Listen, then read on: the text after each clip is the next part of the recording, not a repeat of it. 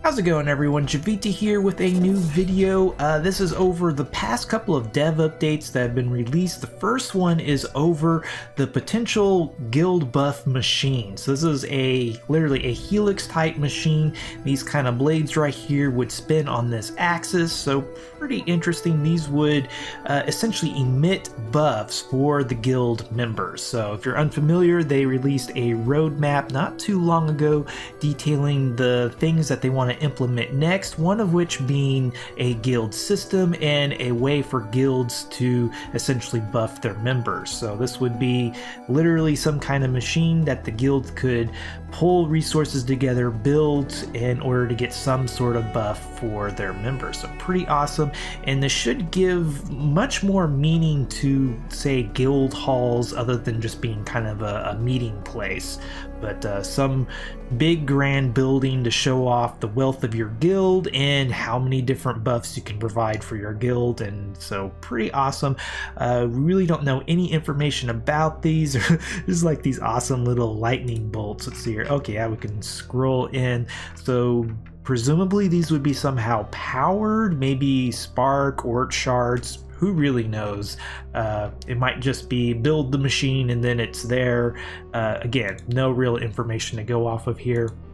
But moving along, the main focus of this video is actually going to be on the forging balance changes that are now on the testing servers. I want to stress that these are potential changes. These are not things that are just waiting or going to be in the next update. This is simply a sneak peek and a chance for us to test out these proposed changes before they are further considered. So right off the bat, they lay down essentially the goals of what they want centriforging to be, and then go on to detail potential changes in order to meet said goals. So quickly going over the goals of what the devs had in mind for the Centriforge is that, one, they wanted sandbox crafting. So you can go out and gather all these different blocks and throw them together to build whatever you want. But as far as crafting items, at least before the Centriforge came along, it was plug in the ingredients, you got the same output out no matter what. So they wanted a little bit more customization for gear, and yeah, that's what the Centriforge is kind of about, is sandbox crafting. They also wanted something for master crafters to sink their teeth into, because once you have the skills unlocked, there's really no skill involved with crafting. However, the Centriforge gives crafters that something to be really good at, figuring out all the different ways you can forge different things, maybe finding a particularly cheap way to make a particularly effective tool, etc. So something a little bit beyond just plugging in the resources and clicking a button and just waiting for it to happen. They also wanted it to be a form of alternative progression. How this was very first introduced to me was like, oh, you got some materials, do you want to upgrade from your stone tools to iron tools, or maybe take that essentially free wooden axe and forge it to be something even better than iron. So that's kind of how it was introduced to me, of having multiple options to achieve the same effect. They also wanted it to be engaging and thrilling, so you can have a really favorable outcome and make an epic piece of gear, or you could have something that's not so great but still probably useful. And the essential part of this is that they wanted it to be available to everyone. They didn't want this to be mid or even late game feature. They wanted people to be able to very early start using the Forge, get familiar with it, and yeah, that's not really how it is currently in the game. So that is basically why they want to change it. Also, in the current way that things are set up, there's a couple of things you can abuse to make a fairly high level gear with really no risk whatsoever. You can still kind of mess up a little bit, but there's really, you know, you can almost cooker-cutty rotation your way to the top level gear. So that is basically why they want to change it. They want to make it, one, more accessible to early players, and two, they want to balance it out so that it's not just a rinse and repeat rotation for end game forging. So how they intend to achieve this is that entry-level ingredients, they're removing some of the more complicated ingredients, including adrenal glands and eyeballs from the basic forging ingredients. They're also adding to level 3 worlds reactive lamella, so the mottled tar fungus or mushrooms, the really tall big ones, those will now be available on level 3 worlds. They'll be kind of on the rare side, but it at least will be available. Before you had to go to level 4 worlds, which for early game players that was pretty hard to survive there. You also needed atmospheric resistances, so this should make it a lot more accessible early game. Furthermore, the cap on efficiency has been removed or increased to 200%. So, and not only that, the durability on wood gear has been increased to 600. What this means is even if you don't have a spec for forging, even if you don't have a forge with power on it, you can still forge a low-level gear with 100% effectiveness, and you can even get it up to 200% effectiveness with the appropriate spec, even if you don't have power. So that is pretty awesome. Also, many of the items have had their flexibility increased, which makes this even easier. So that's a rundown on how they're making the early game forging easier. What they're doing to the later game forging is that quirks no longer are only negative. So quirks were supposed to be, it's not necessarily a debuff, but it's not necessarily a buff either. Now they are clearly have their feet in both sides. So they'll have something positive about them that makes your life easier, as well as something that will make your life a little bit less easier. So there's now a pro and con to each one. Also, the forging epic skill adds up to 4 extra deck slots up from 2, which will give you those 2 extra slots to bring, say, an extra gum, so you can comfortably target 3 different boons instead of having to sacrifice one or rely on RNG to get that 3rd boon that you want. Or take along a deconstructing resin. That's another amazing change, is now the deconstructing resins will strip all the boons off of a piece of equipment and allow you to keep the equipment, as well as potentially get back some of the resources that you spent trying to forge it. So basically you can recover your forging ingredients along with an item that can be reforged later on if the outcome is not what you wanted. So those 2 changes go really nicely hand in hand. You have an extra slot to take not only deconstructing resin, but another forging ingredient, and now you can reclaim botched forges without having to spend a whole bunch of extra resources trying to rip the boons off or something silly like that with a boon removal solvent. And then finally, one of the more controversial changes, at least for the in-game forgers, is that Draining Boon Compound will now add quirk points, and the Vigor Loss debuff has its stat count reduced to 3 instead of 5. So basically you can use Draining Boon Compound and Vigor Catalyst and really abuse the heck out of that mechanic and very easily forge higher level tools and equipment. However, with the changes to efficiency, you can actually get 200% efficiency even on, say, a diamond tool. So that is pretty crazy. Basically, when you use a boon compound, you'll be getting double the boon points, so you can actually use a lesser boon compound to greater effect. So taking a look at the early boon compounds, this is what actually adds or powers up the boons. As you can see, it's just boon compound base and fresh vital essence. You no longer need an eyeball or an adrenal gland. Let's see here, here's imperfect. So again, nothing too complicated.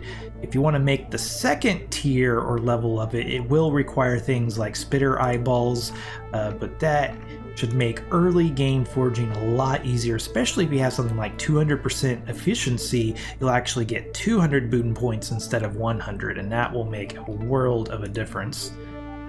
So yeah, it looks like all of these basic boon compounds is just the compound base along with some fresh vital essence. So that is very nice. If we come over here, this is a Centriforge with no power. I do have a spec that's specialized into forging, and as you can see, with no power, I can get this wooden axe up to 200 efficiency, and even this diamond shovel, I can get it up to 92% efficiency. That is pretty amazing, that even for gem tools you can have near 100% efficiency with 0 power. that will make it substantially easier for early forgers to start playing around with this system and make some basic tools to help them out and progress. So that is pretty amazing right there.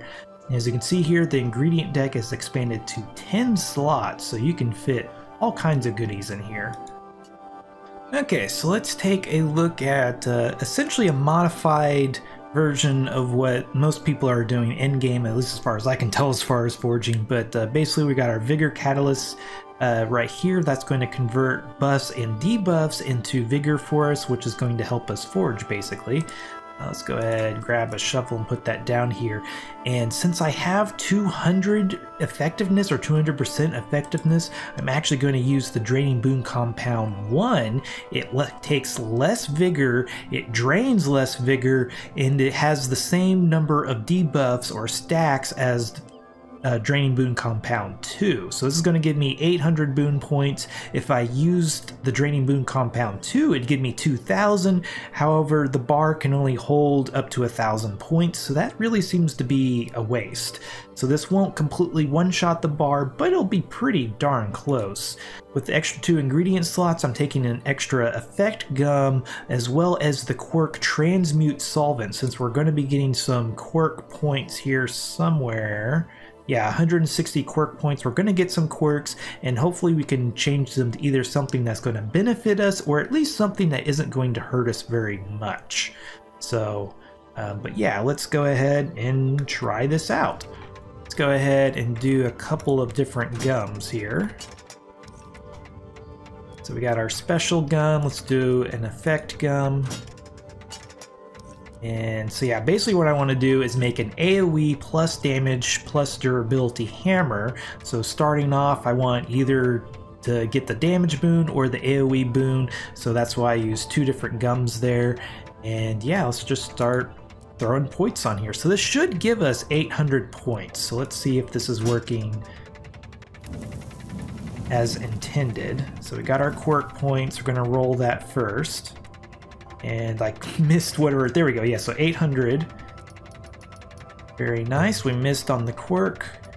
And very nice, so we got our devastating damage that we want. We only got 3 debuffs, but that's not too bad. And so let's go ahead, rip all of this off.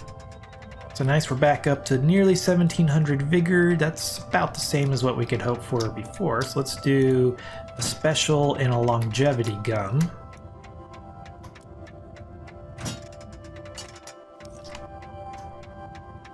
And again, let's just see if we can get that AoE or the durability. Either one would work.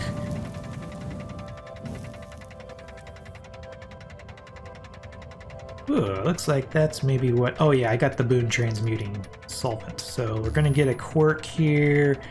Wonky trigger Quirk. Okay. And we got a glow boon. Okay, so we can transmute that away, but this is... watch where you're pointing that thing, Forge Gear. With this, Quirk fires or hits at random when equipped and grants bonus durability. Okay, so we're gonna get extra durability, but we're gonna kind of randomly swing, so that's actually not too bad. You could always just switch to something else when you're not using this tool and switch to it when you're actually ready to swing with it. So not so great for maybe a weapon though. Yeah, let's go ahead, I guess, try to transmute this glow to something we actually want. Yeah, that's not ideal.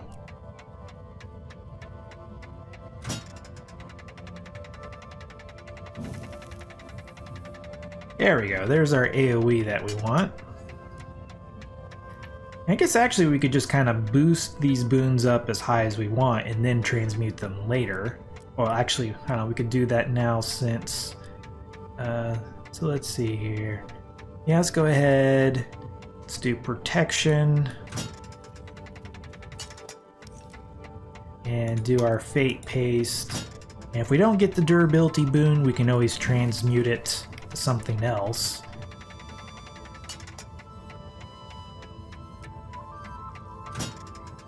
But we got the durability to prolong our stability, and we have the fate paste to ensure that this slider is going to land higher and push more points in at a time.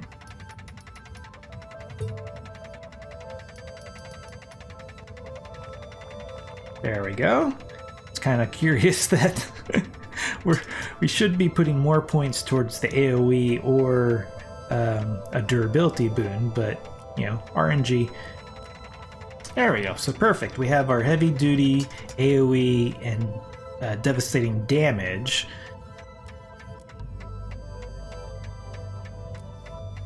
So that is going to be the thing. Are we going to be able to restore enough vigor to be able to attain the level that we want? So yeah, I guess we can go ahead and reapply our stability paste, or not stability but protection.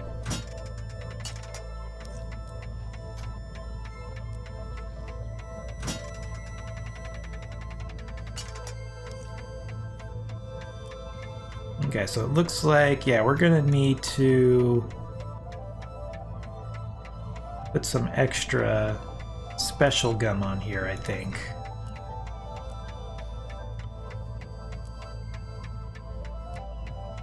Well, I don't know, let's just see where the points fly, I guess.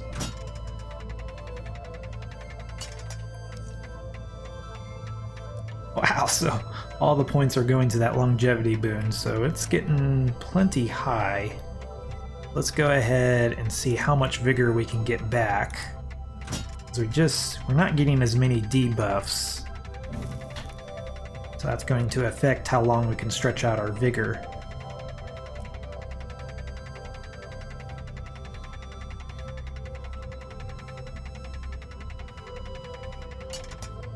Okay, so our vigor and our stability are even at the moment, so that's pretty good.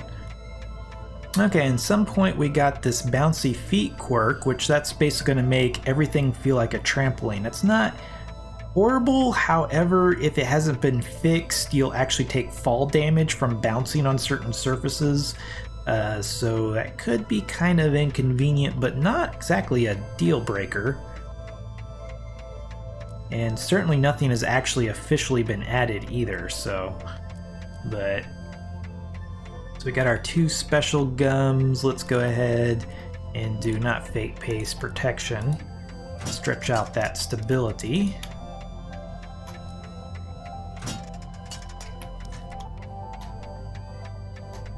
Okay, so we are getting lower on vigor, so I probably won't reapply this protected buff.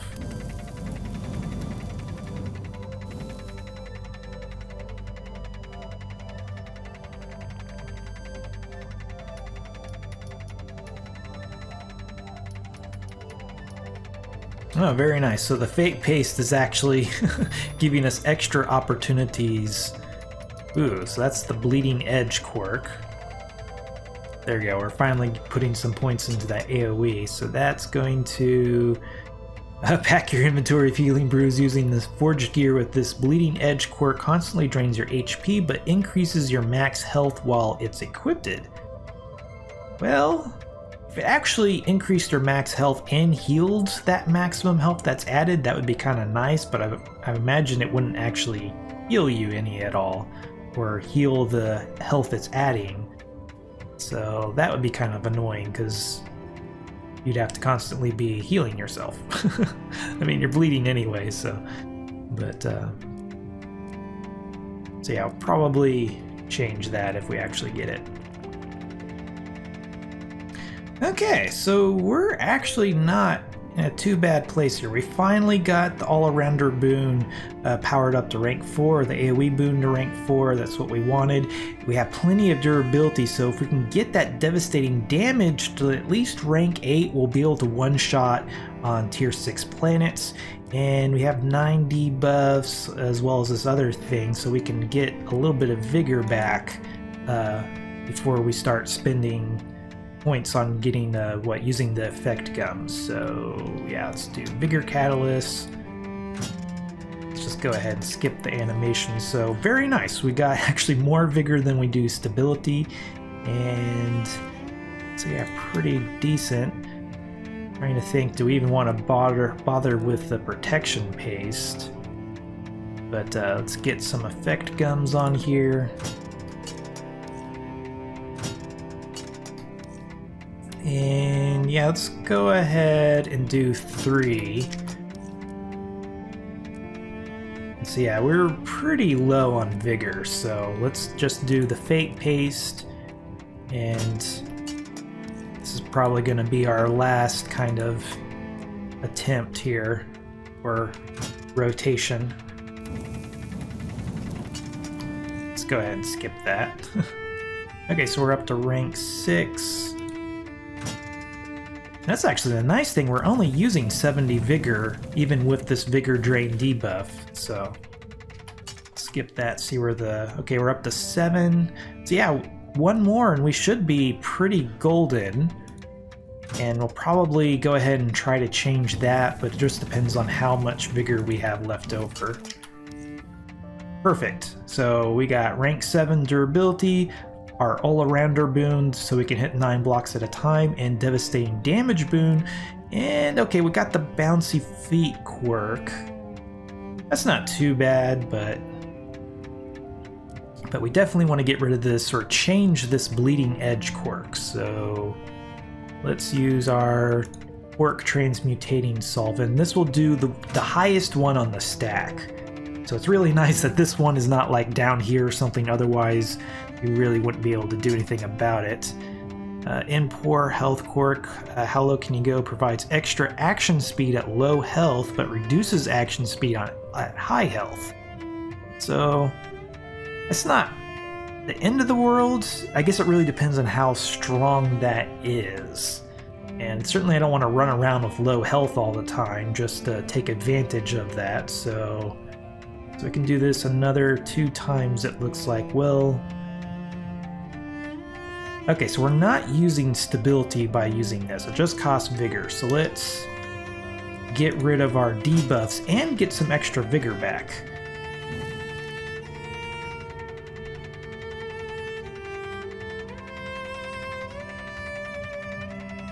There we go. So now we can do this at least 4 times. Hopefully we get a quirk that we're happy with.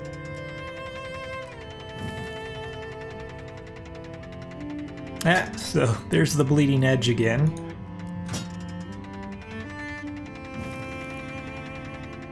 And nutritionally challenged.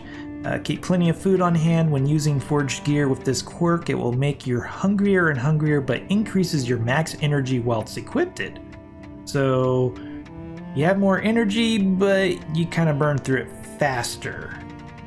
Let's go ahead and see what else we can get. Okay, here we go. That sinking feeling. So this actually, I like this because this is going to allow us to sink faster in water. So if we're diving, that could be handy. And it should give you, yeah, increases your breathing time underwater. So that's pretty awesome because you can equip this, dive down really fast, you have extra breath time, and then you can unequip it if you're trying to get back up to the surface. But I wonder how that would work. Like if you're already tapping into your extra breathing time and you unequipped it, then yeah, that could actually cause you to prematurely drown. But anyway, that's not going to affect our mining, so there we go. So very nice, rank 320 on the rank. And yeah, this will, well, if it was a hammer, it would one-shot rock on tier 6 planets. It has an extra 1400 durability and hits that coveted 9 blocks at a time. So that was really not bad at all. And we even had a little bit of kind of run-in with RNG not exactly cooperating with us. So I say that's, I mean, we do have to kind of play around with quirks now, but now that we have extra slots on the deck, or we can take extra items with us to deal with them, I don't think it's going to be that big of a deal. We also could have brought some deconstructing resins to, you know, basically hit the reset button if the forging was just not what we wanted.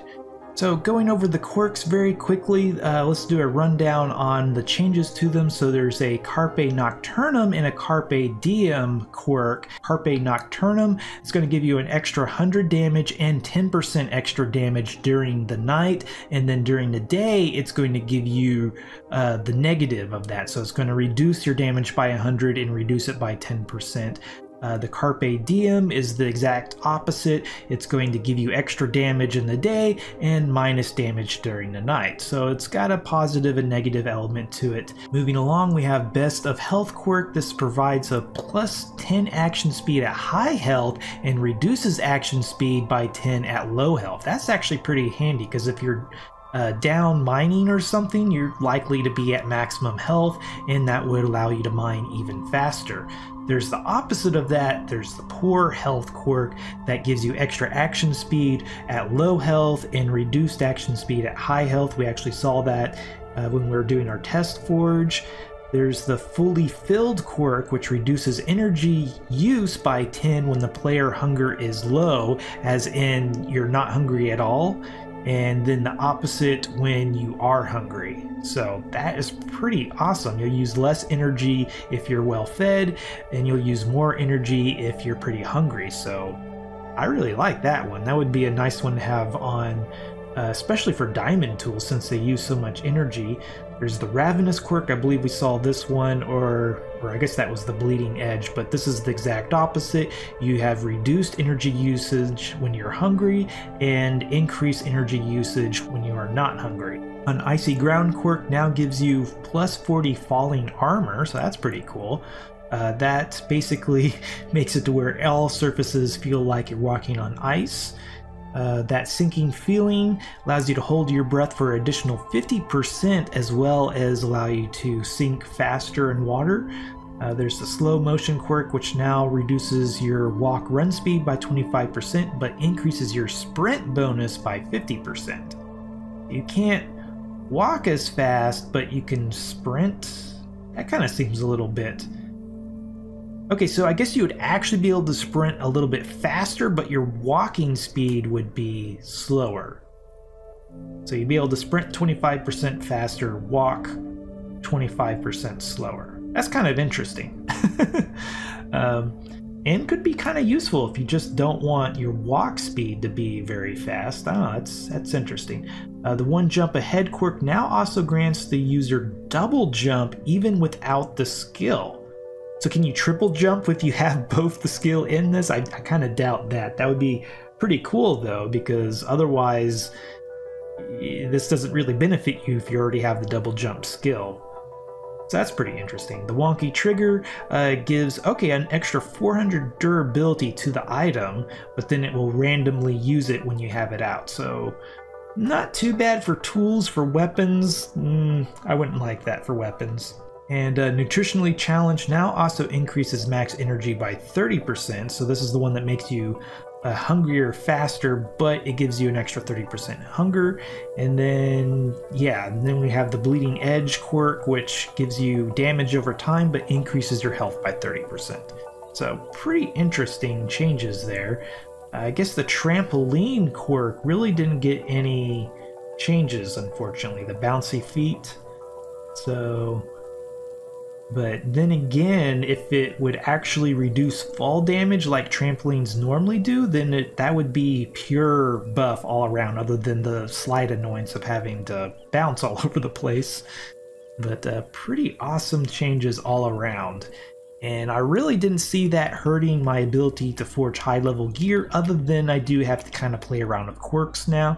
But since the quirks are both negative and positives, if you get the right quirks on there, you can actually end up making something more powerful than what was previously possible. So all in all, I think it's pretty decent changes, especially now that you can get into forging much earlier into the game than you previously could. So, but I think that is quite enough rambling. This was Jiivita. Thanks for watching. If you like this video, be sure to hit that like button, subscribe if you want to see more like this, and if there's anything you didn't like, please let me know down below.